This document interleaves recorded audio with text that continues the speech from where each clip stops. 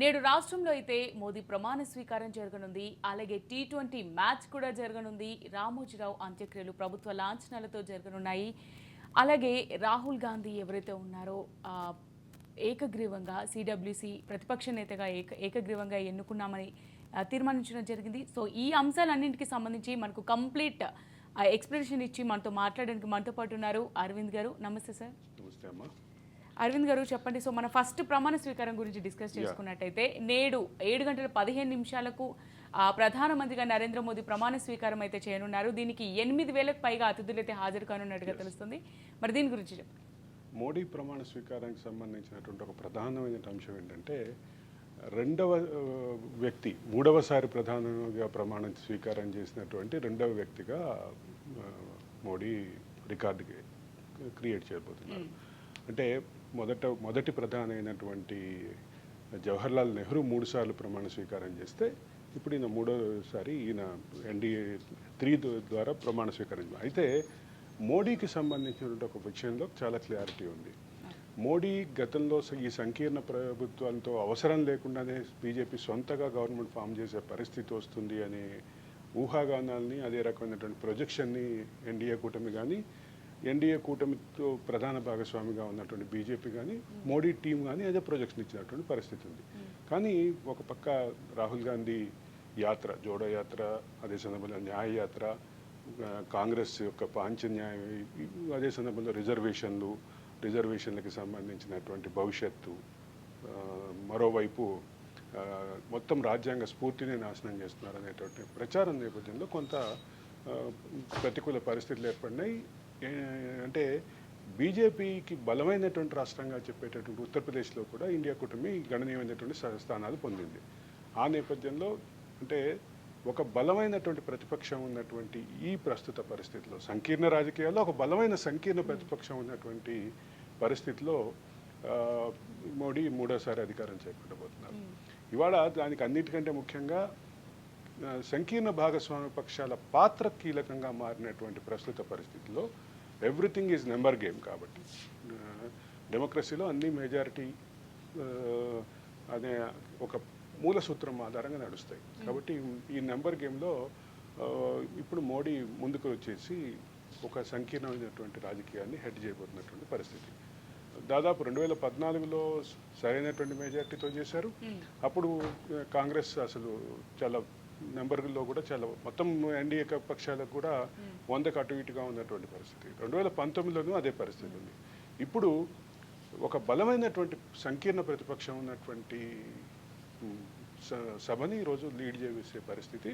ఆ ప్రభుత్వాన్ని అంటే ఎన్డీఏ భాగస్వామ్య పక్షాల పాత్ర పెరిగినటువంటి పరిస్థితిలో మోడీ ఇది అంటే గత 2 సార్ల పాలనకి ఈసారి పాలనకి ఖచ్చితంగా తేడా ఉండబోతుంది.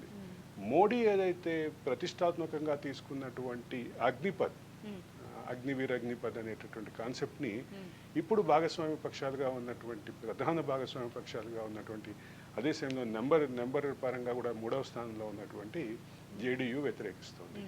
ఏ రాష్ట్రానికి ప్రత్యేక హోదా ఉండబోదు అని ఏదైతే మోడీ పాలసీ డెసిషన్గా తీసుకున్నారో దానికి విరుద్ధంగా రెండవ పెద్ద పార్టీగా ఉన్నటువంటి తెలుగుదేశం జనసేన కలిపితే ఇంకా సీట్లు ఎక్కువగానే భావించాల్సిన పరిస్థితి.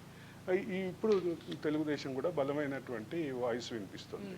ప్రతిపక్షంలో ఉన్నప్పుడు ఏదైతే వాదన వినిపించారో ఇప్పుడు అంతకంటే బలమైనటువంటివి అంటే అవకాశంగా ఇప్పుడు వచ్చినటువంటి సంకీర్ణ రాజకీయాల్లో వచ్చినటువంటి సంక్లిష్ట పరిస్థితిని అవకాశంగా తీసుకుని ఈ 2 పక్షాలు ముందుకు వాయిస్ను ముందుకు తెస్తున్నాయి. వీటితో పాటు ఇంకొక అంశం కూడా ఉంది. దేశవ్యాప్తంగా కులగణన జరగాలి, బీసీలకి అంటే బీసీల సంఖ్య తేలాలి, దాంతోపాటు మిగతా ఏవైతే కులగణన చుట్టూ ఉన్నటువంటి వివాదాలు ఉన్నాయో కులగణనని జరపము అని నిర్బంధంగా ప్రకటించినటువంటి బీజేపీ ఈరోజు కులగణనకు కూడా ఒప్పుకోవాల్సినటువంటి పరిస్థితి వస్తుంది. అంటే సంకీర్ణ రాజకీయాల్లో మోడీకి ఇది ఒక కొత్త ఎక్స్పీరియన్స్గా మారబోతుంది. అదే సందర్భంలో ఇక క్యాబినెట్ ఎంపికలో రకరకాల ఊహాగానాలు వస్తున్నాయి, రకరకాల పేర్లు వస్తున్నాయి, రకరకాల కూటమిలో ఉండేటటువంటి షేర్కి సంబంధించిన అంశం మీద చర్చ వస్తుంది. తెలుగుదేశానికి 4 అనే వాదన ఉంది, మరోపక్క 3 అనే వాదన ఉంది, 2 అనే వాదన ఉంది. రెండో పక్క ఇంకొక సంక్లిష్టమైనటువంటి పరిస్థితి ఉంది. పార్టీ అంతర్గతంగా కూడా మోడీ ఒక ఇరకమైనటువంటి పరిస్థితిలో ఉన్నారు. నేను ఒక చిన్న ఉదాహరణ చెప్తా. తెలంగాణ రాష్ట్రంలో 8 మంది గెలిచారు. 8 మంది కూడా కేంద్ర మంత్రి పదవికి అర్హులే అనేది నిర్వివాదాంశం. అంటే గతంలో రాష్ట్ర అధ్యక్షుడిగా పనిచేసినటువంటి బండి సంజయ్ కానీ, కిషన్ రెడ్డి కానీ, ఈటెల రాజేందర్ కానీ, వీళ్ళందరితో పాటు ఒక మేధావిగా, ఒక డెమోక్రటిక్ ప్రోగా, మోడీ ఐడియాలజీని విస్తృతంగా నమ్మేటటువంటి వ్యక్తిగా, మోడీ ఐడియాలజీని తన చేవెళ్ల నియోజకవర్గంలో గత 3-4 సంవత్సరాలుగా ఇంప్లిమెంట్ చేసినటువంటి వ్యక్తిగా విశ్వేశ్వరరెడ్డి కూడా లైన్లో ఉన్నారు. వీళ్ళందరితో పాటు ఇప్పుడు కొత్తగా వస్తున్న పేరు ఏంటంటే, నేను 8 మంది తెలంగాణ నుంచి అని చెప్పాను. 8 కాదు, ఇప్పుడు అసలు ఇంకో పేరు వచ్చింది బయటికి. తెలంగాణ రాష్ట్ర అధ్యక్షుడిగా గతంలో పనిచేసినటువంటి డాక్టర్ లక్ష్మణ్ ఉత్తరప్రదేశ్ నుంచి రాజ్యసభకు ప్రాతినిధ్యం వహిస్తున్నారు. ఆయన అఖిల భారత ఓబీసీ మోర్చా అధ్యక్షులుగా కూడా ఉన్నారు. ఆయన పేరు కూడా ఇప్పుడు ప్రస్తావనకు వచ్చింది. సో 9 మంది, అంటే ఇక మిగతా వాళ్ళకి సంబంధించినటువంటి పేర్లు చెప్తే అన్ని గట్టిగానే వినిపిస్తున్నటువంటి పేరు. ఈటెల రాజేందర్ కానీ, డికే అరుణ కానీ. అంటే ఇక్కడ నగేష్ ఏమో గిరిజన కోటాలో ఒక బలమైనటువంటి మంత్రిగా ఉన్నారు. నగేష్ గతంలో టీఆర్ఎస్లో ఉన్నప్పుడు కానీ, అంతకుముందు టీడీపీలో ఉన్నప్పుడు కానీ ఒక బలమైనటువంటి వ్యక్తిగా ఉన్నటువంటి పరిస్థితి ఉంది. ఆయన ఇప్పుడు కూటమిలో కీలక పాత్ర పోషిస్తున్నటువంటి చంద్రబాబు కూడా చాలా మంచి రిలేషన్స్ ఉన్నటువంటి పరిస్థితి. ఇక అత్యంత వాదనా పటిమ కలిగినటువంటి రఘునందన్ రావు ఉన్నారు. ఇప్పుడు ఈ 8 మందితో పాటు 9వ మంది వ్యక్తిగా ఏదైతే పేరు బయటకు వచ్చిందో అందరూ 9 మంది కూడా క్యాపబులే. మరి ఇంతమందికి అయితే క్యాబినెట్లో చోటు ఇవ్వలేనటువంటి పరిస్థితి, ఇవ్వలేని పరిస్థితి ఉండకపోగా దీంట్లో ఎవరిని అసంతృప్తి పరిచేటటువంటి పరిస్థితి కూడా లేదు. అయితే మనకు అందుతున్నట్టు ప్రాథమిక సమాచారం ప్రకారం మోడీ క్యాబినెట్లో ఈసారి ఖచ్చితంగా చేవెళ్ల ఎంపీ విశ్వేశ్వరరెడ్డి, అలాగే బండి సంజయ్, డికే అరుణ పేర్లు అయితే వినిపిస్తున్నాయి. కానీ వీటిని కూడా మనం ఖరారు చేసుకోవడానికి లేదు. సాయంత్రం 7:15 మోడీ అనబడే నరేంద్ర దామోదర్ దాస్ మోడీ అనబడే నేను అని ఆయన మొదలుపెట్టినాక ఇక తర్వాత వచ్చే పేర్లు అటు మనం లెక్క చూసుకోవాల్సిందే తప్ప ఇప్పుడు ఏకపక్షంగా ఆయన మాత్రమే, అంటే ఈ పలానా పేర్లు మాత్రమే ఉంటాయి అనేటటువంటి చర్చ అయితే ఇప్పటి వరకు లేదనే క్లియర్గా చెప్పాలి. మరి ఆంధ్రప్రదేశ్ నుంచి ఎవరెవరికి మంత్రి పదవులు దక్కే అవకాశం? ఆంధ్రప్రదేశ్ నుంచి కూడా ఊహాగానాలే. ఇప్పుడు రామ్మోహన్ నాయుడు ఉన్నారు, చక్కటి వక్త. అంటే ఇటు తెలుగులో బాగా మాట్లాడగలరు, హిందీలో బాగా మాట్లాడగలరు, ఇంగ్లీష్లో బాగా మాట్లాడగలరు. ఈ 3 లాంగ్వేజెస్ మధ్య చక్కగా స్విచ్ అవ్వగలరు, పోర్ట్ అవ్వగలరు. అటువంటి ఒక స్పెషల్ క్యారెక్టర్ ఉన్నటువంటి వ్యక్తి. అదే సందర్భంలో గత ప్రభుత్వ పాలనలో అనేక ఇబ్బందులు పడినటువంటి వ్యక్తి. రెండోది ఆయన కుటుంబం కూడా, అచ్చెన్నాయుడు కానీ వాళ్ళ తండ్రి ఎర్రన్నాయుడు కానీ. ఎర్రన్నాయుడు కేంద్రంలో మంత్రిగా ఉన్నారు. కేంద్ర మంత్రిగా ఉన్న సమయంలో ఆయన తెలుగుదేశానికి బలమైనటువంటి వ్యక్తిగా ఉన్నారు. ఒక తెలుగుదేశం వాదనని గట్టిగా జాతీయ స్థాయిలో వినిపించినటువంటి వ్యక్తి అని చెప్తారు. ఇక చంద్రబాబుకి లాయల్గా ఉన్నారు. ఇంకొక ముఖ్యమైనటువంటి విషయం ఏం చెప్పాలంటే, చంద్రబాబు మొదటిసారి ముఖ్యమంత్రి అయినాక ఆయనను చీఫ్ విప్గా పెట్టుకున్నారు. అది ఒక, అంటే అది కూడా ఒక సంక్లిష్ట స్థితి. అంటే ఎంతమంది ఎమ్మెల్యేలు నిలబడతారు, ఎంతమంది ఎమ్మెల్యేలు మళ్ళీ ఎన్టీఆర్ వైపు వెళ్తారు, లేదా ఎంతమంది ఎమ్మెల్యేలని కాంగ్రెస్ లాక్కుంటుంది అనేటటువంటి ఒక సంక్లిష్ట పరిస్థితిలో వీటన్నిటిని కోఆర్డినేట్ చేయడానికి, ఫ్లోర్ మేనేజ్మెంట్ చేయడానికి చీఫ్ విప్గా పెట్టుకున్నారు ఎర్రన్నాయుడు.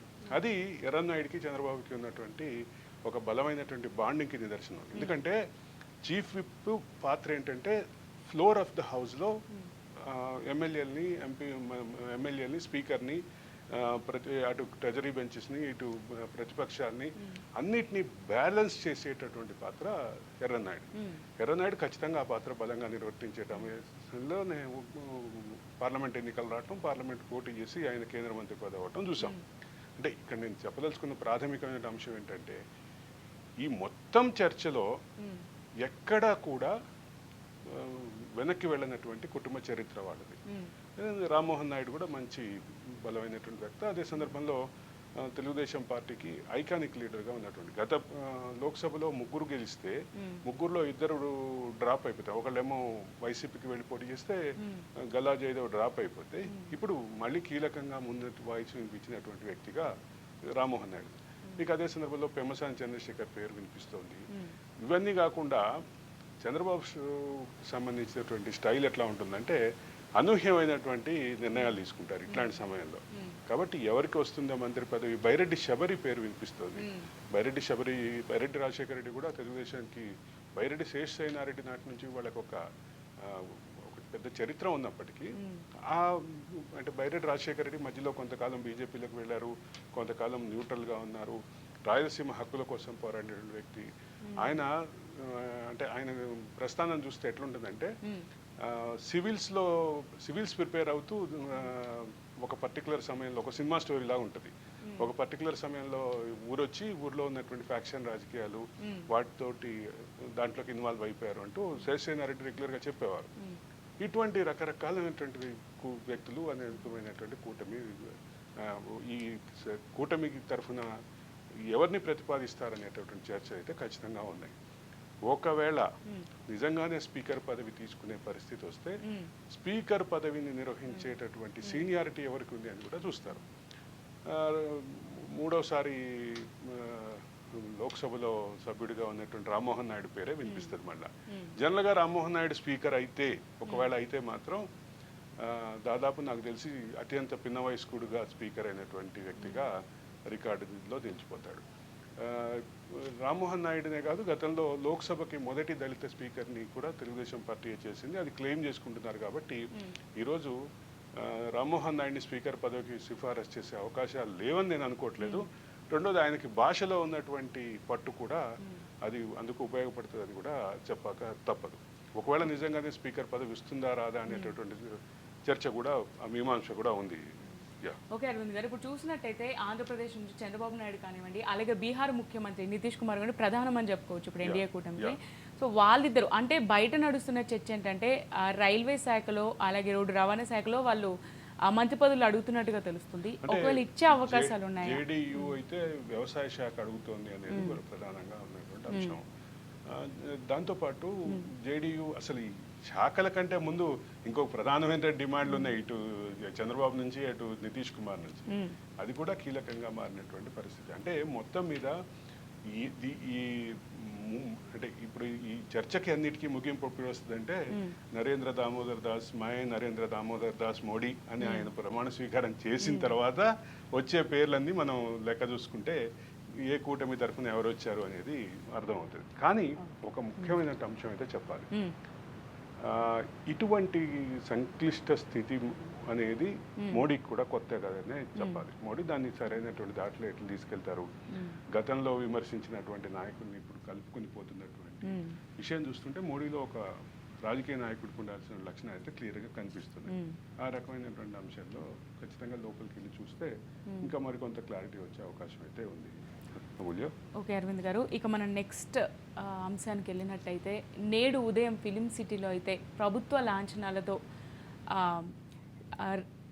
రామోజీరావు అంత్యక్రియలు అయితే జరగనున్నట్టుగా తెలుస్తుంది. 2 రోజులు సంతాప దినాలుగా కూడా ప్రకటించింది. మరి దీనికి సంబంధించి అంటే ఇక్కడ రామోజీరావుకి సంబంధించినటువంటి అంశంలో తెలుగు పాత్రికేయ రంగంలో రామోజీరావు గురించి మాట్లాడకుండా తెలుగు పాత్రికేయ రంగం గురించి కానీ, తెలుగు పత్రికా వ్యవస్థ గురించి కానీ, తెలుగు మీడియా గురించి కానీ మాట్లాడలేనటువంటి స్థితి. ఆయన వ్యతిరేకించే వాళ్ళు ఉన్నారు, ఆయన సమర్థించే వాళ్ళు ఉన్నారు, ఆయన పట్ల మధ్యభావం అంటే కొన్ని వ్యతిరేకిస్తూ కొన్ని సమర్థించేటటువంటి వాళ్ళు ఉన్నారు. కానీ రామోజీరావు ప్రస్తావన లేకుండా తెలుగు మీడియా గురించి చర్చ మాట్లాడకుండా ఉండలేని పరిస్థితి అయితే ఉంది ఖచ్చితంగా. అయితే ఆయన దేశంలోనే 2వ అతిపెద్ద పౌర పురస్కారమైనటువంటి పద్మవిభూషణ్ పొందారు. కాబట్టి ఆయనకి రాష్ట్ర ప్రభుత్వం గౌరవ లాంఛనాలు, అధికారుల లాంఛనాలు ఏర్పాటు చేయడం సహజమే. దీని మీద ఎక్కడ వివాదం కూడా ఏం అనిపించలేదు నాకైతే. రెండోది, విమర్శించాల్సినటువంటి బీఆర్ఎస్ కూడా ఆయన పట్ల సానుకూలంగానే ఉండేటటువంటి పరిస్థితి. అంటే ప్రతిపక్షం కూడా సానుకూలంగానే ఉంది, బీజేపీ సహజంగానే సానుకూలంగా ఉంది, కాంగ్రెస్ అధికార లాంఛనాలు ప్రకటించింది. కాబట్టి ఈ మొత్తం చర్చలో కీలకంగా ఉన్నటువంటి అంశం ఏంటంటే ఆయన తన తన అంత్యక్రియల కోసం ఏర్పాటు చేసుకున్నటువంటి వేదిక అది ప్రధానంగా చర్చలో ఉంది. అది అంటే ఆయన ముందు చూపున్నటువంటి వ్యక్తి వ్యాపార పరంగా టెక్నాలజీ పరంగా నేను గతంలో నిన్న షోలో కూడా చెప్పాను. ఇప్పుడు ఒక చిన్న ఉదాహరణ చెప్పాలి. కాన్సెప్ట్ అంటే స్క్రిప్ట్ తీసుకుని రామోజీ ఫిల్మ్ సిటీలోకి వెళ్తే అవుట్పుట్ తీసుకుని బయటికి రావటం అనే కాన్సెప్ట్ తోటి రామోజీ ఫిల్మ్ సిటీ పుట్టింది. ఆ రామోజీ ఫిల్మ్ సిటీని అట్లా పుట్టినటువంటి రామోజీ ఫిల్మ్ సిటీ అది పుట్టిన 5 సంవత్సరాల్లోనే డిజిటల్ టెక్నాలజీ, గ్రాఫిక్స్ టెక్నాలజీ విపరీతంగా వీటి తెలుగు అంటే ప్రపంచవ్యాప్తంగా ఉన్నటువంటి సినిమా రంగంలో పెరిగితే వెంటనే దాన్ని అడాప్ట్ చేసుకుని దానికి సంబంధించినటువంటి పూర్తి స్థాయి ఏర్పాట్లతోటి తంత్ర అని ఒక యానిమేషన్ డివిజన్ కూడా స్టార్ట్ చేశారు. ఏ స్థాయిలో ముందు చిన్నగా ఉన్నటువంటి డివిజన్ ఈ సినిమా రంగంలో ఎప్పుడైతే ఇది పాత్ర పెరుగుతుంది అని అనుకోగానే వెంటనే దాన్ని విస్తృతంగా అసలు అంటే పూర్తి స్థాయి యానిమేషన్ సినిమా తయారు చేసుకోవడానికి కావాల్సినటువంటి పరిస్థితి కూడా ఉన్నటువంటి వ్యవస్థని ఆయన సృష్టించారు. తర్వాత అవుట్పుట్ దగ్గరికి వచ్చేసరికి ఆయన సినిమా స్టార్ట్ చేసినప్పటికీ అవుట్పుట్ ఫిల్మ్ రూపంలో ఉండేది. ఫిల్మ్ మల్టిప్లికేషన్ చేసుకోవటం, ఒక ఫిల్మ్ డెవలప్ చేసి ఆ ఫిల్మ్ని మల్టిప్లై చేయడానికి ఉన్నటువంటి దాంట్లో ఆధునిక టెక్నాలజీ పెట్టారు ఆయన. అటువంటి టెక్నాలజీ పెట్టిన వ్యక్తి అవుట్పుట్లో ఏదైతే అసలు మొత్తం డిజిటల్ ఫార్మాట్లో వచ్చేటటువంటి రోజులు రాగానే వెంటనే ఆ రకమైనటువంటి మార్పు చేశారు. అట్లా అంత ముందు చూపునటువంటి వ్యక్తి తన అంత్యక్రియల విషయంలో కూడా ముందు చూపుతో వ్యవహరించారనేది ప్రశంసలకు బాగా వినిపిస్తున్నాయి. ఈ మొత్తంలో ఒక అంశం అయితే క్లియర్. రామోజీరావు ఖచ్చితంగా ఒక సాధారణ వ్యక్తిగా మొదలై ఒక పెద్ద వ్యాపార సామ్రాజ్యం సృష్టించుకున్నారు. వివిధ రంగాల్లో ఉన్నారు. వివిధ రంగాలు అంటే multi dimensional activities, multi dimensional business చేశారు. ఏ రంగంలోనూ ఆయన తనదైన ముద్ర వేసినటువంటి పరిస్థితి. ఇవాళ వస్తున్నటువంటి టెట్రా ప్యాక్ అనేటటువంటి ఏదైతే కాన్సెప్ట్ ఉందో, జ్యూస్లకు వస్తున్న టెట్రా ప్యాక్, నాకు తెలిసి ఆయన 30 సంవత్సరాల కంటే ముందే 35 సంవత్సరాలకు ముందే సోమా అనే ఒక డ్రింక్ని టెట్రా ప్యాక్లో అమ్మినటువంటి పరిస్థితి. అక్కడి నుంచి మొదలు పెడితే ఇక ప్రతి రంగంలోనూ ఆయన తనదైన ముద్ర అయితే వేసుకున్నారనేది చెప్పక తప్పదు. కొన్ని దీంట్లో అంటే ఇప్పుడు సోమాతో పాటు ఒక ఆంగ్ల పత్రిక ఇటువంటి కొన్ని ఆయన లైఫ్ జర్నీలో కొన్ని ఫెయిల్యూర్స్ ఉండొచ్చు, కానీ తనదైన పాత్ర అయితే ఖచ్చితంగా ఉంది, తనదైన ముద్ర అయితే ఖచ్చితంగా ఉంది. ప్రతి ఇండస్ట్రీలోనూ ఎన్నో సినిమాలు అంటే చేశారు. ఒక రకంగా చెప్పాలంటే జర్నలిస్టులను తయారు చేసుకోవడం కోసం ఒక జర్నలిజం స్కూల్ ప్రారంభించి ఆ జర్నలిజం స్కూల్లో తన ఐడియాలజీని క్లారిటీగా తన కాబోయే సిబ్బందికి నేర్పి ఇవాళ కూడా ఈనాడు జర్నలిజం స్కూల్ యొక్క అవుట్పుట్ వివిధ రంగాల్లో కనిపిస్తుంది. నాట్ ఓన్లీ మీడియా, వివిధ రంగాల్లో కనిపిస్తుంది. వాళ్ళ ఇక్కడ నేర్చుకున్నటువంటి స్కిల్స్ని మేనేజ్మెంట్ రంగంలో ఉపయోగించి వేరే వేరే వ్యాపారాల్లో సక్సెస్ అయినటువంటి ఈజేఎస్ స్టూడెంట్స్ నాకు తెలుసు. ఈజేఎస్ అవుట్పుట్ ఎట్లా ఉంటుంది అనేది మనం అన్ని చోట్ల కనిపిస్తూ ఉంటుంది వాళ్ళ ప్రభావం. అటువంటి శిక్షణని ఇచ్చినటువంటి వ్యక్తి అంటే వీటన్నిటికీ కారణం అంటే ఇంకొకటి కూడా చెప్పాలి. ఈనాడులో ఒక అలవాటు ఉంది. ప్రతి నెల మొదటి వారంలో గత నెలలో జరిగినటువంటి భాషా దోషాలకి, ప్రజెంటేషన్ దోషాలకి, ఇప్పుడు నేను ప్రజెంటేషన్ అనే దానికి తెలుగు పదం ఎత్తుక్కోలేని పరిస్థితిలో ఉన్నా, కానీ రామోజీరావు అడిగితే ఖచ్చితంగా చెప్పుకుంటా. అటువంటిది అంటే దాన్ని పోస్ట్ మార్టం అనేవాళ్ళం మేము జర్నలిజంకి వచ్చిన కొత్తలో. పోస్ట్ మార్టం బుక్ వచ్చిందా అని ఈనాడు వాళ్ళని ఎగతాళిగా సరదాగా మాట్లాడేవాళ్ళం. అటువంటి పరిస్థితి ఉండేది. దాంట్లో అదే సందర్భంలో ఏదన్నా ఒక మంచి వార్తని చక్కగా ప్రజెంట్ చేసినటువంటి రిపోర్టర్కి ఆయన ఛాంబర్కి పిలిచి కూడా స్టేట్ బ్యూరోలో ఉన్నటువంటి వాళ్ళని అభినందించినటువంటి విషయాలు కూడా నాకు తెలుసు. ఇవాళ మా చైర్మన్ ఛాంబర్కి వెళ్ళి వచ్చాను, చెక్ తెచ్చుకున్నాను అనే విషయాన్ని వాళ్ళు ఎంత ఆనందంగా చెప్పేవాళ్ళు అంటే ఈ రోజుల్లో రామోజీరావుకి సంబంధించిన వ్యతిరేక ప్రచారం బాగా జరిగి ఇట్లా ఉంది. కానీ మేము జర్నలిజంలోకి వచ్చిన కొత్తలో అయితే మా సహచరులు ఇవాళ మా చైర్మన్ ఛాంబర్కి వెళ్ళి చెక్ తెచ్చుకున్నాను గురు అని ఎంత వైబ్రెంట్గా, ఎంత పాజిటివ్గా, ఎగ్జైట్మెంట్తో చెప్పేవాళ్ళు అనేది ఖచ్చితంగా. అయితే ఈ క్రమంలో తెలుగు భాష విషయంలో ఆయనకు సంబంధించినటువంటి అంటే ఫిక్స్డ్ అభిప్రాయాన్ని కొంతమంది చాదస్తంగా కూడా అభివర్ణిస్తారు. ఆ తర్వాత అంటే మాట్లాడే తెలుగు కాకుండా గ్రాంధికమైనటువంటి తెలుగు తెచ్చారు, అనేటటువంటి ఈ మధ్య కాలంలో అటువంటి డైవర్షన్ వెళ్ళింది అనే విమర్శలు కూడా ఉన్నాయి.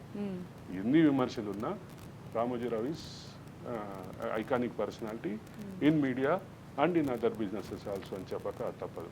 ఈరోజు హైదరాబాద్ వచ్చినటువంటి ప్రతి పర్యాటకుడు ఒక టూరిస్ట్ డెస్టినీగా మార్చుకున్నటువంటి రామోజీ ఫిల్మ్ సిటీ దగ్గర నుంచి అనేక అంశాల్లో ఆయనకు సంబంధించినటువంటి పాత్ర ఖచ్చితంగా ఉంది. అది ఆ సిగ్నిఫికెన్స్ అయితే ఖచ్చితంగా ఉందని చెప్పక తప్పదు అమూల్య.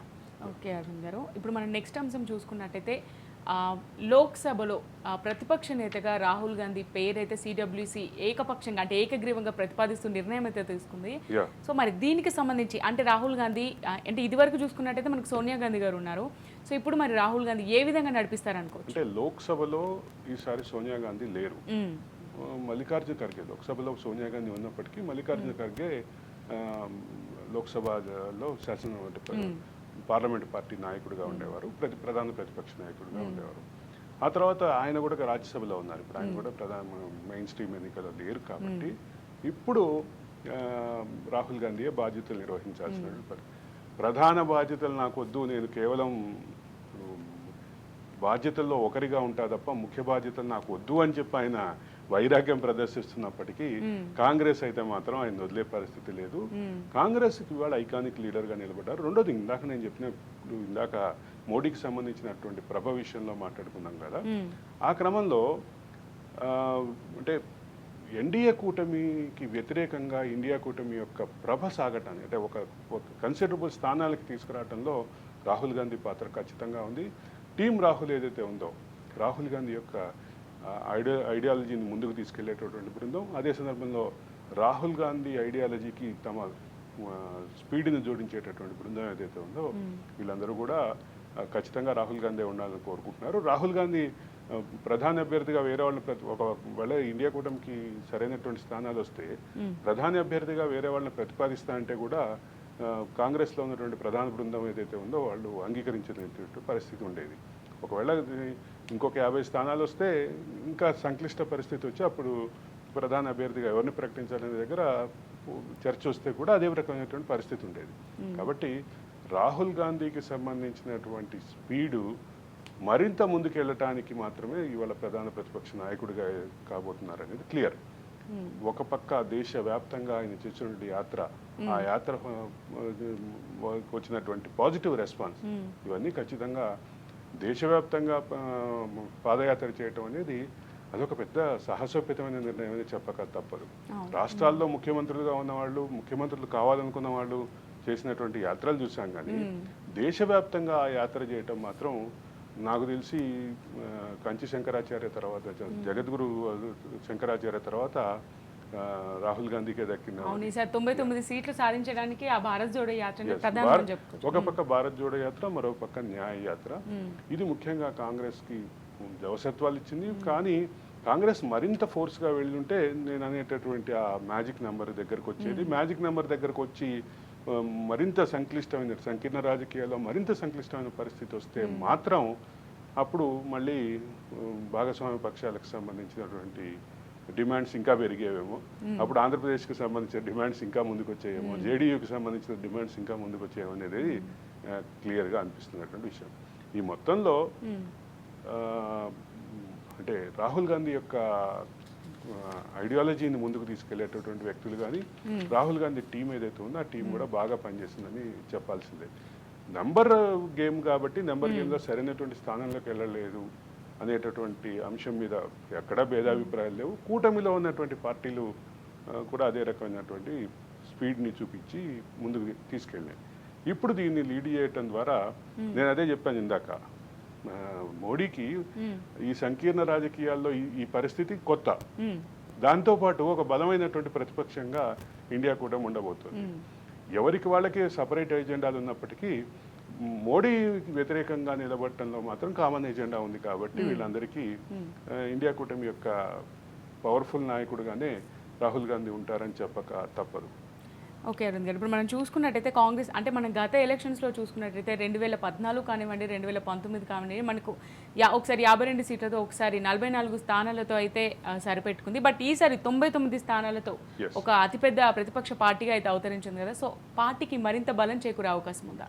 100%. అంటే మోడీ ప్రభ అనే దానికి కొంత ఈసారి వెనకపట్టు పట్టింది అనేటటువంటి వాదన ఏదైతే ఉందో ఆ వాదన కంటే ముఖ్యంగా దేశ రాజకీయాల్లో ఒక ఎజెండాని ముందుకు పెట్టడం ద్వారా ఒక కొత్త చర్చకి దారితీసినటువంటి పరిస్థితి.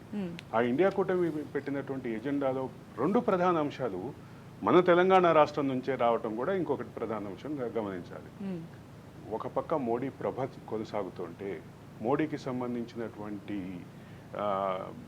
మానియా మోడీ హవా సాగుతుంటే దానికి వ్యతిరేకంగా నిలబడి ఇన్ని సీట్లు రావడానికి కూడా కారణమైనటువంటి 2 అంటే ప్రధానమైనటువంటి అంశాల్లో జాతీయ స్థాయిలో చర్చ జరిగిన 2 అంశాల్లో 2 ప్రధానమైనటువంటి మాత్రం ఖచ్చితంగా ఇది అంటే ఈ తెలంగాణ గడ్డ నుంచే మొదలవటం మాత్రం ఖచ్చితంగా గమనించాలి. అది ఆ 2 ఏంటంటే ఒకటి రాజ్యాంగ స్ఫూర్తి, ఎన్డీఏ రాజ్యాంగానికి వ్యతిరేకం, రాజ్యాంగ స్ఫూర్తికి వ్యతిరేకం అనేటటువంటి అంశాన్ని ముందుకు తీసుకొచ్చి జాతీయ స్థాయిలో చర్చలు పెట్టారు.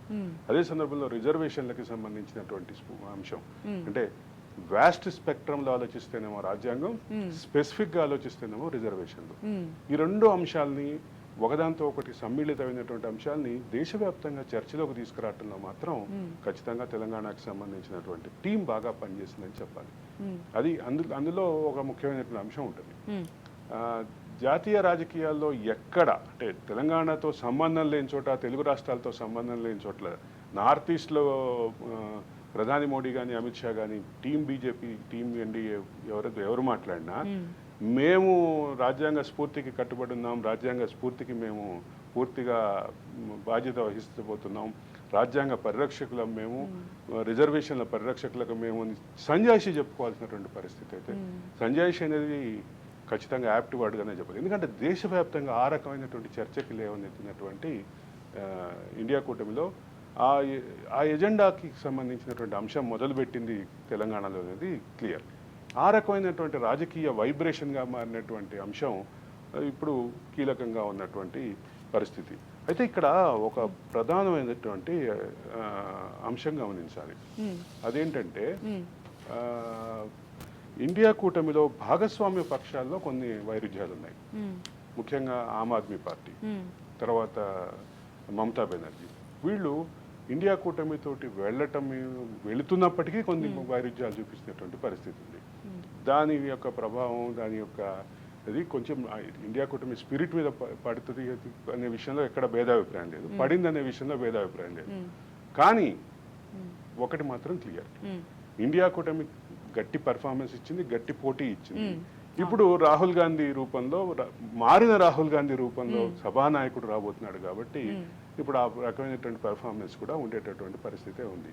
కానీ రాహుల్ గాంధీ మచ్ మెచ్యూర్డ్ పొలిటీషియన్గా మారి ఇక కాంగ్రెస్ని, ఇండియా కూటమిని ముందుకు నడిపితే మాత్రం రాహుల్ గాంధీ చేసేటటువంటి కొన్ని అపరిపక్వ వ్యాఖ్యలు వీటన్నిటి మీద కొంత వివాదం ఉంది. కాబట్టి ఆ వివాదం అంటే అపరిపక్వ వ్యాఖ్యలు చేస్తున్నాడంటూ ముందుకు వచ్చినటువంటి అంశాలు వీటన్నిటి మీద కొంత చర్చ ఉంది. కాబట్టి ఖచ్చితంగా రాహుల్ గాంధీ మరి ఇంత మోర్ మెచ్యూర్డ్ పొలిటీషియన్గా ఉండి మోర్ మెచ్యూర్డ్ ప్యూర్ పొలిటీషియన్గా మారితే ఇంకా పూర్తిగా అంటే ఒక ఐడియాలజీని ముందుకు తీసుకొచ్చే క్రమంలో రకరకాల ఇబ్బందులు అయితే వస్తాయి.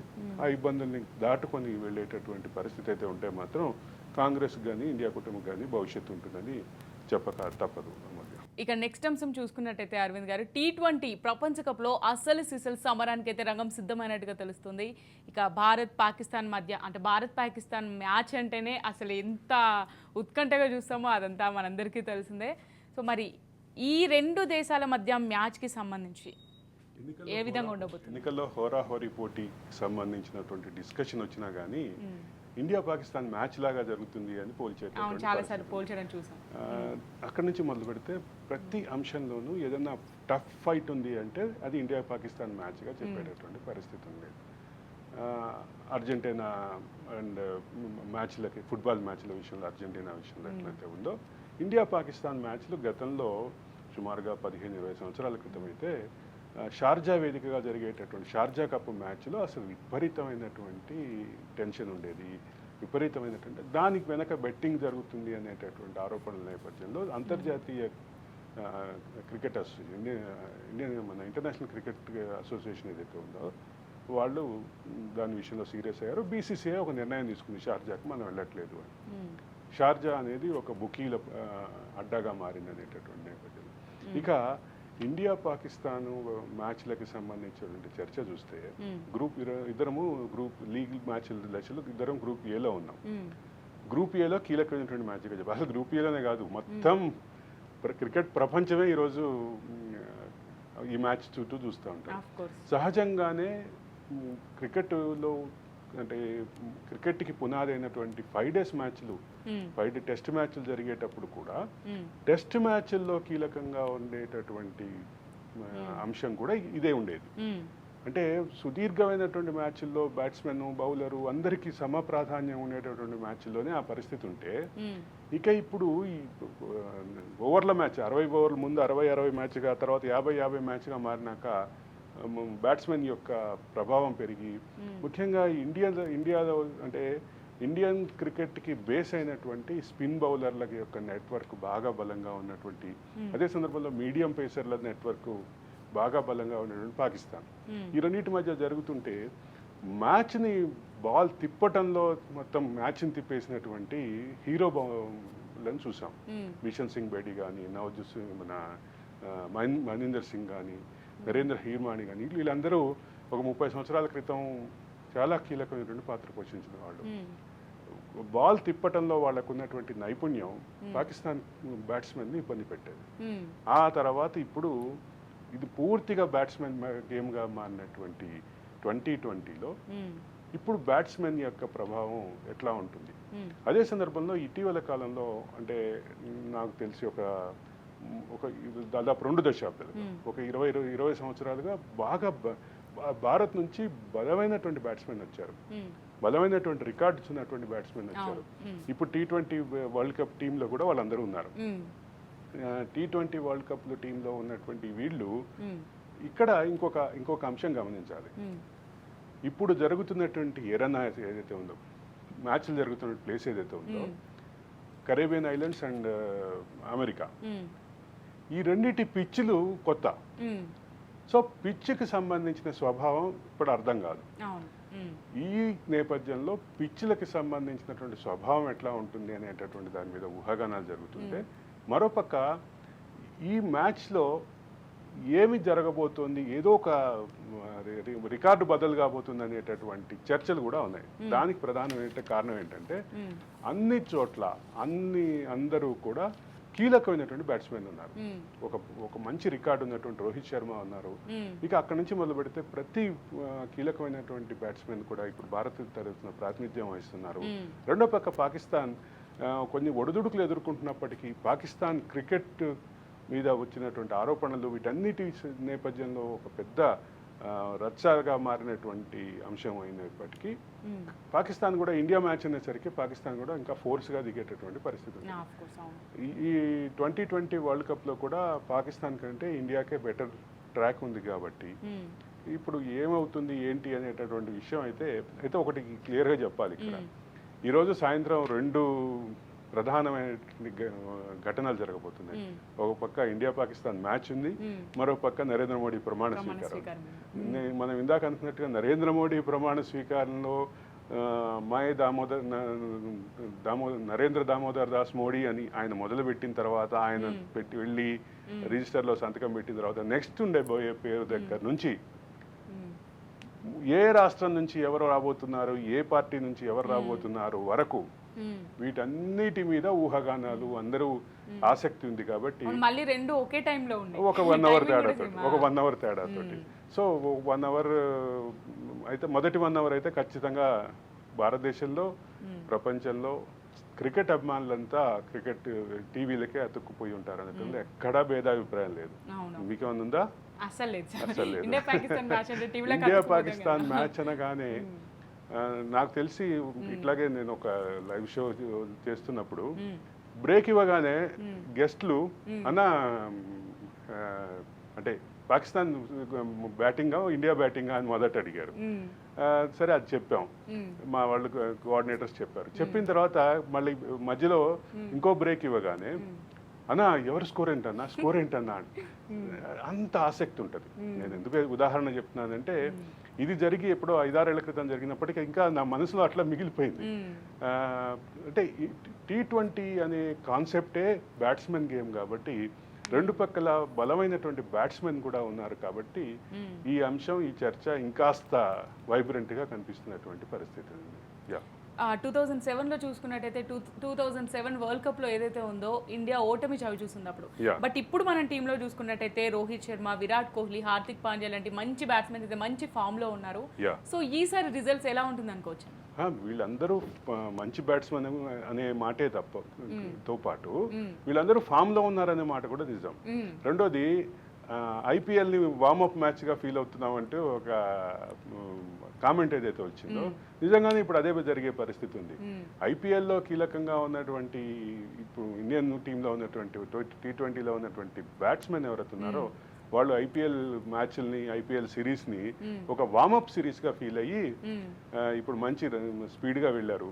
అదే సందర్భంలో ఒక్కటైతే నేను కూడా ఆసక్తిగా చూస్తున్నటువంటి అంశం, ఇండియా పాకిస్తాన్ మ్యాచ్లో పిచ్ స్వభావాన్ని ఏ టీం ఎలా అంచనా వేస్తుంది అనేటటువంటి ఆసక్తి మాత్రం అందరికీ ఉందని చెప్పక తప్పదు. రేపు మార్నింగ్ మళ్ళీ షోలో రిజల్ట్ గురించి మాట్లాడుకుంటాం కాబట్టి రిజల్ట్ గురించి మాట్లాడుకునే క్రమంలో దీనికి సంబంధించి పిచ్ అంచనాలకు సంబంధించి ఖచ్చితంగా మాట్లాడదాం. కానీ ఒక విషయం అయితే ప్రపంచంలో ఒక పర్టికులర్ ఖండమే క్రికెట్కి దూరంగా ఉంది అని గతంలో విమర్శలు ఉండేవి. అందుకే అంటే ఆ క్రమంలోనే ఇంకొక మాట కూడా వచ్చేది, ఫూల్స్ గేమ్, అది ఫూల్స్ గేమ్ కాబట్టి, ఫూలిష్ గేమ్ కాబట్టి అమెరికన్స్ ఇంటెలిజెన్స్ కాబట్టి వెళ్ళట్లేదు ఆ మ్యాచ్కి. ఇక్కడ అంటే 5 రోజులు నిరీక్షించటం, 5 రోజులకి లేదా 3 రోజులు, అంటే 2 ఇన్నింగ్స్ల సిరీస్ అయితే 5 రోజులు జరిగేది. సింగిల్ ఇన్నింగ్ అంటే 1.5 డే ఒకళ్ళకి 1.5 డే ఒకళ్ళకి ఉండేది. అదే సింగిల్ ఇన్నింగ్ సిరీస్ అని మధ్యలో ఒక ప్రయోగం జరిగింది. దానికి సంబంధించినటువంటి అంశంలో కొంత ఆసక్తిగా వస్తుంది అని ఉంటే ఇక అక్కడి నుంచి అది ఓవర్లు తగ్గుకుంటా వెళ్ళింది కాబట్టి 60-60 దగ్గరికి వచ్చాక కొంత ఆసక్తి పెరిగింది. తర్వాత 50-50 దగ్గరికి వచ్చి ఇంకా మరింత ఆసక్తి పెరిగింది. ఇప్పుడు ఈ 2020 గేమ్ అనేది అంటే గంటల్లో ఫలితం తెలిసిపోతుంది కాబట్టి ఆసక్తి పెరిగింది. అదే సందర్భంలో అమెరికాలో ఎక్కువగా చూసేటటువంటి బేస్బాల్కి సిమిలర్గా ఉంటుంది ఈ క్రికెట్ అనేది కాబట్టి ఇప్పుడు అమెరికన్స్ కూడా క్రికెట్ వైపు అట్రాక్ట్ అయ్యేటటువంటి దానికి పునాది పడిందని చెప్పక తప్పదు. అమెరికాలో జరుగుతున్నటువంటి ఈ పర్టికులర్ అంశం ఒక పక్క టికెట్ల పరంగా ఆసక్తికరంగా కనిపిస్తుంది, ఆసక్తి కనిపిస్తుంది. రెండోది ఇండియా పాకిస్తాన్ మ్యాచ్ దీనికి ఖచ్చితంగా, అంటే ఇండియా పాకిస్తాన్ రెగ్యులర్ సిరీస్లు జరగట్లేదు కాబట్టి ఇటువంటి ప్రపంచ స్థాయి సిరీస్లలో లేదా ఆసియా కప్లో మాత్రమే జరుగుతోంది కాబట్టి ఇప్పుడు కీలకంగా ఆసక్తిగా ఎదురుస్తున్నటువంటి పరిస్థితి. ద్వైపాక్షిక సంబంధాలు ఇండియా పాకిస్తాన్ మధ్య ద్వైపాక్షిక సంబంధాలు మెరుగుపరిచే క్రమంలో మధ్యలో కొన్నిసార్లు సిరీస్ల కోసం ప్రయత్నం జరిగినప్పటికీ ఒక బెట్టింగ్ మాఫియా చుట్టూ తిరుగుతున్నటువంటి విమర్శలు, దానికి సంబంధించిన ఆరోపణల నేపథ్యంలో ఈ అంశం పక్కన పెట్టారు. కాబట్టి మళ్ళీ ద్వైపాక్షిక సంబంధాలలో భాగంగా ఇండియా పాకిస్తాన్ సిరీస్లు జరిగితే మాత్రం ప్రపంచ క్రికెట్ అభిమానుల ఉంటుందో హంగర్ ఏదైతే ఉంటుందో ఆ హంగర్ తీరుతుందని చెప్పక తప్పదు. రీసెంట్ డేస్లో అమెరికా ఏదైతే ఉందో యుఎస్ఏ పాక్ను అయితే ఓడించింది కదా, మరి దీన్ని ఎలా చూడొచ్చు? పాకిస్తాన్ క్రికెట్ చరిత్రలో చిన్న చిన్న దేశాల చేతిలో కూడా ఓడిపోయే పరిస్థితి రావటం మీదే అక్కడ పాకిస్తాన్లో జరుగుతున్నటువంటి క్రికెట్ ప్రపంచానికి జరుగుతున్నటువంటి ఒక పక్క అంతర్జాతీయ క్రికెట్లో ఉన్నటువంటి చర్చ, రెండో పక్క పాకిస్తాన్ అంతర్గతంగా ఉన్నటువంటి చర్చ కూడా. అంటే భారత్, శ్రీలంక లాంటి దేశాలు, ఆసియా దేశాలు వరల్డ్ కప్లు కొడుతుంటే, రికార్డులు సృష్టిస్తుంటే మనం ఆ స్థాయిలో లేకుండా ఇట్లా నిలబడిపోవటానికి, ఇట్లా వరుస ఓటములు చుట్టడానికి ప్రధానమైనటువంటి కారణం పాకిస్తాన్ క్రికెట్ బోర్డులో ఉన్నటువంటి అవినీతి, రాజకీయపరమైనటువంటి జోక్యం, వీటన్నిటి చుట్టూ వివాదాలు ఉన్నాయి. ఈ వివాదాలకి ముగింపు ఏంటి అంటే మళ్ళీ మనం ఇందాక చెప్పినటువంటి అంటే మళ్ళీ మెయిన్ ట్రాక్లోకి రావాలి. మెయిన్ ట్రాక్లో కంటే భారత్ తోటి రెగ్యులర్ సిరీస్ ఉండాలి. భారత్లో రెగ్యులర్ సిరీస్ ఉంటేనే పాకిస్తాన్లో క్రికెట్ బతుకుతుంది అనేటటువంటి పరిస్థితి ఉన్నటువంటి చర్చ కూడా ఉంది.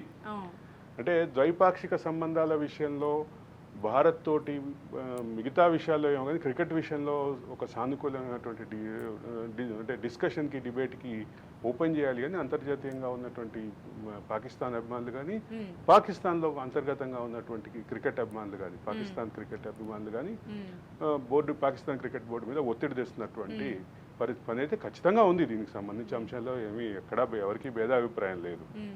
ఈ అంశాలకి పొలిటికల్ అంశాలకి అంటే పాకిస్తాన్ ఏమో ఒక పక్క తన రాజకీయపరమైనటువంటి కుట్రల్ని కొనసాగిస్తున్నప్పుడు మనం ఎట్లా వెళ్తాం అనేటటువంటిది ముఖ్యంగా ఎన్డీఏ కూటమి అభిప్రాయం. ఈ 10 ఏళ్లలో ఎన్డీఏ కూటమికి సంబంధించినటువంటి అభిప్రాయం అదే అభిప్రాయంతో ఉంది కాబట్టి ప్రాక్టికల్గా ఉన్నటువంటి సమస్యలు అడ్డం పడ్డాయి.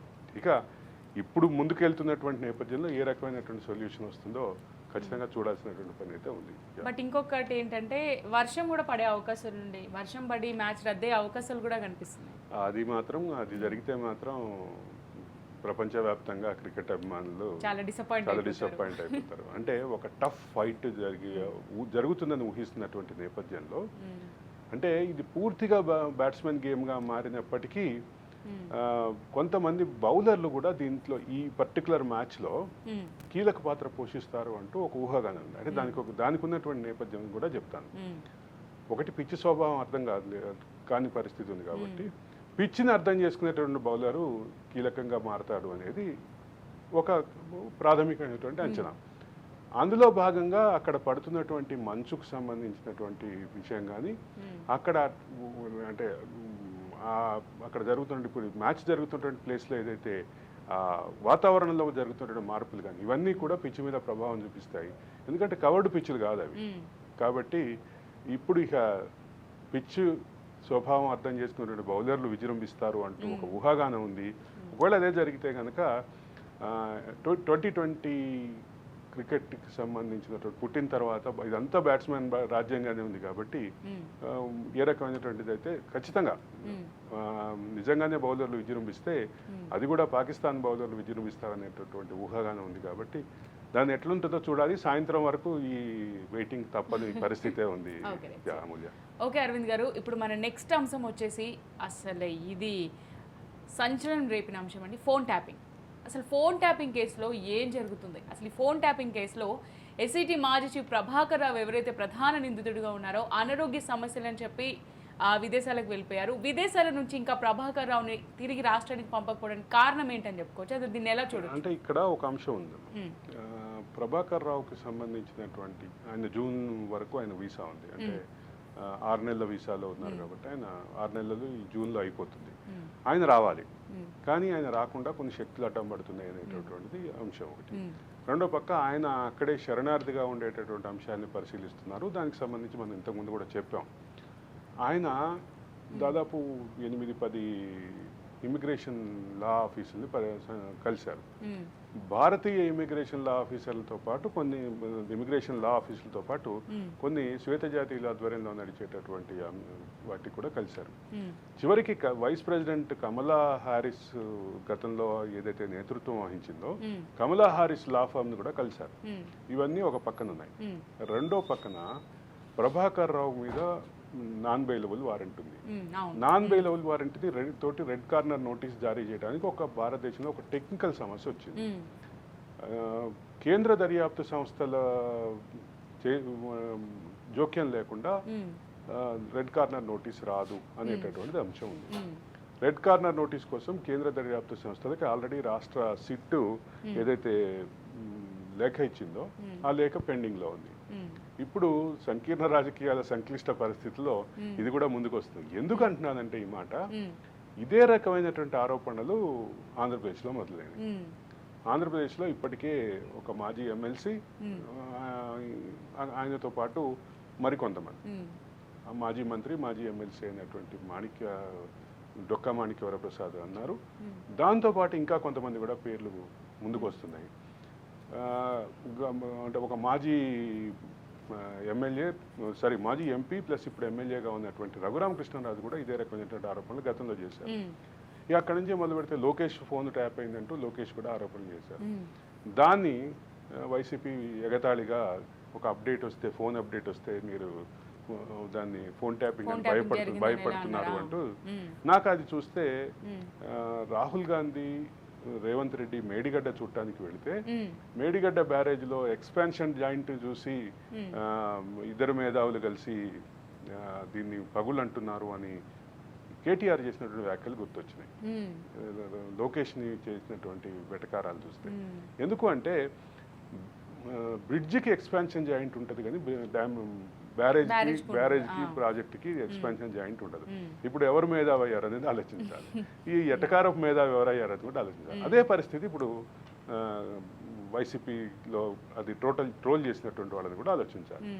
ఇక్కడ ఒక ముఖ్యమైనటువంటి విషయం చెప్పాలి. ప్రభాకర్ రావు మీద రెడ్ కార్నర్ నోటీస్ వస్తే చాలా అవమానకరమైనటువంటి రీతిలో అరెస్ట్ అయ్యి వస్తారు. అది క్లియర్. ఎట్లా హ్యాండ్ కప్స్ తోటి వస్తారు. మొత్తం జర్నీలో హ్యాండ్ కప్స్ ఉంటాయి.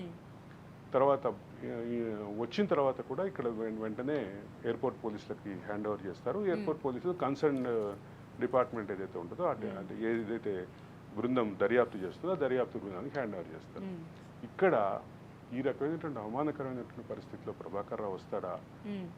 అసలు ఇవన్నీ పక్కన పెడితే భుజంగరావు స్టేట్మెంట్లో క్లియర్గా పేరున్నటువంటి వ్యక్తులకు సంబంధించినటువంటి అంశాలు. భుజంగరావు తన కన్ఫెషన్ స్టేట్మెంట్లో తన ఆత్మీయ మిత్రుడైనటువంటి సాంబశివరావుకి సంబంధించిన ఒక విషయం చెప్పాడు. మరికొంతమంది అంటే నగదు రవాణాకి రెండు ప్రధానమైనటువంటి అంటే రాష్ట్రంలో రెండు ప్రధానమైనటువంటి వైద్య కళాశాలల పేర్లు చెప్పాడు. ఒకటి వైద్య కళాశాల ప్లస్ హాస్పిటల్ ఉన్నటువంటిది, రెండోది అంటే ఒక పెద్ద హాస్పిటల్ నెట్వర్క్ ఉన్నటువంటి పరిస్థితి. వాళ్ళ మీద ఎటువంటి చర్యలు లేవు, వాళ్ళ మీద ఎటువంటి అంశాలు ముందుకు రావట్లేదు, సాంబశివరావుకి సంబంధించిన అంశం ముందుకు రావట్లేదు. వీటన్నిటిని ఎందుకు ఎవరు ఆపుతున్నారు అనేటటువంటి చర్చ అయితే సగటు జీవిలో ఉంది. ఇప్పుడు ఆ రెండు హాస్పిటల్స్ ఏవైతే ఉన్నాయో ఆ రెండు హాస్పిటల్స్ గత ముఖ్యమంత్రి సామాజిక వర్గానికి చెందిన గత ముఖ్యమంత్రి బంధువులు. ఇక్కడ అసలు చర్చ వస్తుంది. ఒకటి హాస్పిటల్లో ఉన్నటువంటి అంబులెన్స్ల ద్వారా నగదు రవాణా చేశారనేది ప్రధాన అంశం. మరోపక్క రాధాకిషన్ రావు కన్ఫెషన్ స్టేట్మెంట్లో పలానా సంస్థల యొక్క నిధుల బట్వాడాన్ని మేము అడ్డుకున్నామని చెప్పారు. రెండో పక్క ఎమ్మెల్సీ వెంకటరామరెడ్డి, మాజీ కలెక్టర్ ఎమ్మెల్సీ వెంకటరామరెడ్డికి తనుకున్నటువంటి సాన్నిహిత్యంతో ఆయనకు సంబంధించినటువంటి మేలు చేసేయటం కోసం కొంతమంది నగదు బట్వాడాన్ని అడ్డుకున్నాం, ఆయన నగదు బట్వాడాన్ని సులభం చేశామని చెప్పారు. ఈ మొత్తంలో ఇంత క్లియర్గా కన్ఫెషన్ స్టేట్మెంట్లు ఉంటే తదుపరి చర్యలు ఎందుకు లేవు అనేది ప్రధాన అంశం. ఒక పక్క భుజంగరావు కన్ఫెషన్ స్టేట్మెంట్, మరో పక్క రాధాకిషన్ రావు కన్ఫెషన్ స్టేట్మెంట్. వీటితో పాటు 1200 ఫోన్లు ట్యాప్ చేసాం, ఇగో ఈ 1200 ఫోన్లు అధికారికంగా ట్యాప్ చేసామంటూ ప్రణీతరావు ఒక లెటర్ ఇచ్చారు. దాని మీద కూడా ఎక్కడ కనిపించట్లేదు. రెండోది తిరుపతి సంబంధించి ఆయన కొంతమంది పేర్లు చెప్తూ ఇగో వీళ్ళ ఫోన్ ట్యాప్ చేసాం అని చెప్పి నా టీంకి కొన్ని విస్తృత అధికారాలు ఇచ్చాను ఈ క్రమంలో అన్నాడు. అసలు వ్యవహారం అంతా అక్కడ ఉంది. ఇప్పుడు మిగతా ఆర్థిక లావాదేవీలకు సంబంధించిన అంశం పక్కన పెడితే ఆ టీము ఏదైతే ఉన్నారో ఆ టీము నల్గొండలో ఉన్నటువంటి ఆ టీము 40 మంది మహిళలకి సంబంధించిన ఫోన్లు ట్యాప్ చేశారు అనేది ప్రధాన అంశం. 40 మంది మహిళల ఫోన్లు ట్యాప్ చేసి వాళ్ళని లైంగికంగా ఇబ్బంది పెట్టారు, లైంగికంగా దోపిడీ చేశారు అనేది ప్రధాన అంశం. ఎంత ఎమోషనల్ అంశం ఇది. 40 మంది సాధారణ గృహిణులు వీళ్ళ చేతిలో బ్లాక్మెయిల్కి గురై వాళ్ళు లొంగిపోవాల్సినటువంటి పరిస్థితి వచ్చింది. దానికి సంబంధించి ఒక 6-7 ఆత్మహత్య చేసుకున్నారనేటువంటి వార్తలు కూడా ఉన్నటువంటి పరిస్థితి. ఇది ఎంత ఘోరమైనటువంటి పరిస్థితి అంటే ఆర్థిక నేరం నుంచి మహిళల లైంగిక దోపిడీ వరకు అన్ని నేరాలకు పాల్పడినటువంటి ఈ కేసులో, అన్ని నేరాలు ఉన్నటువంటి ఈ కేసులో దర్యాప్తులో ఎక్కడ ఆగుతోంది, ఎవరు ఆపుతున్నారు అనేది ఒక అంశం అయితే, ప్రభాకర్ రావు మీద రెడ్ కార్నర్ నోటీస్ రాకుండా ఎవరు ఆపుతున్నారు అనేది ఇంకో అంశం. ఈ మొత్తంలో ఎవరు అనేది క్లారిటీ వస్తే తప్ప ముందుకెళ్ళినటువంటి పరిస్థితి ఉంటుంది. Yeah. ఈ ఫోన్ ట్యాపింగ్ కేసు చూసినట్టయితే అసలు రాష్ట్ర ప్రభుత్వానికి కేంద్ర ప్రభుత్వం సపోర్ట్ చేయట్లేదా? అసలు ఒకవేళ చేయకపోతే అసలు ఎందుకు, ఏ విధంగా చూడొచ్చు? ఆ అంశం అయితే ఖచ్చితంగా ఉంది. దానికి సంబంధించిన చర్చ అయితే ఉంది, అనుమానాలు అయితే ఉన్నాయి. అంటే ఎందుకు అంటే కేంద్ర దర్యాప్తు సంస్థలకి రాష్ట్ర సిట్ ఇదిగో పలానా కోర్టు ఈ మన non bailable arrest warrant release చేసింది, వీళ్ళిద్దరు వ్యక్తుల మీద రిలీజ్ చేసింది, వీళ్ళిద్దరు వ్యక్తులకి సంబంధించిన రెడ్ కార్నర్ నోటీస్ ఇష్యూ చేయండి. రెడ్ కార్నర్ నోటీస్ అనేది లుకౌట్ నోటీసులు, రెడ్ కార్నర్ నోటీసులు రెండు ఉంటాయి. లుకౌట్ నోటీసులు ఇష్యూ చేసేటటువంటి ప్రక్రియ పూర్తయింది. అంటే లుకౌట్ నోటీస్ అంటే ఏంటి? ఇదే ప్రభాకర్ రావు ఏ సూరత్ ఎయిర్పోర్ట్ నుంచో లేదా ఏ ముంబై ఎయిర్పోర్ట్ నుంచో లేదా చెన్నై ఎయిర్పోర్ట్ నుంచో వెళ్ళాలనుకున్నా వస్తున్నా ఆయన మీద లుకౌట్ నోటీస్ ఉంది కాబట్టి ఆయన అరెస్ట్ చేస్తారు. అంటే ఇమిగ్రేషన్లో మన పాస్పోర్ట్ స్కాన్ చేసే క్రమంలో లుకౌట్ నోటీసులు ఏమైనా ఉంటే బయటకు వస్తాయి. నాన్ బెయిలబుల్ కేసులు ఏమైనా ఉంటే బయటకు వస్తాయి. నాన్ బెయిలబుల్ వారెంట్లు ఏమైనా పెండింగ్ ఉంటే అప్పుడు వాళ్ళు లుకౌట్ నోటీసులు ఇస్తే అవి బయటకు వస్తాయి. ఇంత జరుగుతుంది. లుకౌట్ నోటీసులకు సంబంధించినటువంటి క్లారిటీ ఉంది. లుకౌట్ నోటీసులు వచ్చే క్రమంలో ఇక్కడ దానికి సంబంధించినటువంటి వ్యవహారాన్ని అంతా పూర్తి చేశారు. రాష్ట్ర పోలీసుల ఆధ్వర్యంలో ఉంటుంది కాబట్టి ఆ పాత్ర పూర్తి అయిపోయింది. ఇప్పుడు నెక్స్ట్ స్టేజ్ అంటే రెడ్ కార్నర్ నోటీస్ చేస్తే ఆయన ఎయిర్పోర్ట్కి వెళ్ళకపోయినా, సీపోర్ట్కి వెళ్ళకపోయినా, ఎక్కడ బార్డర్ దాటకపోయినా, ఏ దేశంలో అయితే ఉన్నారో ఆ దేశానికి సంబంధించినటువంటి పోలీసులకి ఇంటర్పోల్ సహకరించాలి. ఇంటర్పోల్ సహకారంతో అది ఎగ్జిక్యూట్ అవుతాయి. ఆ ఎగ్జిక్యూట్ చేసేటటువంటి బాధ్యత ఆ స్థానిక పోలీసులది, ఇంటర్పోల్ అయితే వాళ్ళు ఇక్కడ దాకా తీసుకొచ్చి ఇక్కడ ఏదైతే ఎయిర్పోర్ట్ ఉంటుందో ఆ ఎయిర్పోర్ట్ పోలీసులకి హ్యాండ్ ఓవర్ చేస్తారు. ఎయిర్పోర్ట్ పోలీసులు ఇక దర్యాప్తు సంస్థకి హ్యాండ్ ఓవర్ చేస్తారు. ఇది మొత్తం ప్రొసీజర్. ఈ ప్రొసీజర్లో ఎక్కడ ఆగుతోంది? రెడ్ కార్నర్ నోటీస్ దగ్గర ఆగుతుంది. రెడ్ కార్నర్ నోటీస్ ఇవ్వాల్సింది కేంద్ర దర్యాప్తు సంస్థలు అయితే, రాష్ట్ర దర్యాప్తు సంస్థలు చేయాల్సినటువంటి పని పూర్తయి లుకౌట్ నోటీసులు అంతా క్లియర్ అయిపోయి ఇప్పుడు చర్చలో ముందుకు వచ్చినటువంటి అంశం ఇది. ఇక్కడ ఆగుతున్నటువంటి దానికి ముందు పడాలి అంటే కేంద్ర దర్యాప్తు సంస్థల నుంచి చొరవ రావాల్సిందే. రెండో పక్క రాష్ట్ర దర్యాప్తు సంస్థలు మరికొంతమంది, అంటే ఇప్పుడు 4 అరెస్ట్ చేశారు. దాంట్లో ఎవరైతే ప్రధానమైనటువంటి వ్యక్తుల పేర్లు వచ్చినాయో, ఒక పక్క బాధితుల్ని పోలీస్ స్టేషన్కి పిలిచి కొంత విచారణ జరిపి వాళ్ళ స్టేట్మెంట్లు రికార్డ్ చేసినటువంటి పరిస్థితి ఉంది. ఇప్పుడు నిజంగానే అంటే నిందితులుగా ఉన్నవాళ్ళు, అంటే నిందితులుగా భావిస్తున్నటువంటి వాళ్ళు, ముఖ్యంగా అంటే ఈ కన్ఫెషన్ స్టేట్మెంట్లో పేర్లు ఉన్నటువంటి వాళ్ళని కూడా విచారణకు పిలవాల్సినటువంటి అవసరం అయితే ఖచ్చితంగా ఉంది. విచారణకు పిలిచి తదుపరి చర్యలు కూడా తీసుకోవాల్సిన పడుతుంది. ఇప్పుడు ఒక పర్టికులర్ వ్యక్తి సాంబశివరావు మీద భుజంగరావు చెప్పాడు. ఆయన అంటే ఆయన ఆప్తమిత్రుడి మీద ఆయన చెప్తే వెంటనే మనం పోలీస్ శాఖ ఏం చేయాలి? ఇద్దరి కాల్ డేటాని పరిశీలించాలి.